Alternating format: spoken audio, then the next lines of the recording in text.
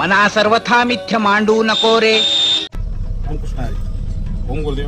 सगळ्यांना सकाळ सकाळच्या रामप्रहारीच्या हार्दिक शुभेच्छा. प्रत्येकाच्या नशिबात सकाळ सकाळचं सूर्याचं दर्शन घेणं शक्य नसतंय, म्हणून व्हिडिओच्या माध्यमातून तर द्यावं. सूर्योदय कसा झालाय बघा की. आदल्या दिवशी पाऊस पडून गेलेला हो, त्यामुळे एवढं चांगलं फुटे. पहाटे 5 ते 7 दरम्यान जे वातावरण असते की नाही, त्यात आणि शेती करत असाल तर काय शेवटच, तुम्ही दुनिया जिंकली. बघितली का 4 व्हीलर मामांची. अहो सगळ्यांची पाळमुळे इसकाडून टाकणारा शेतकरी राजा.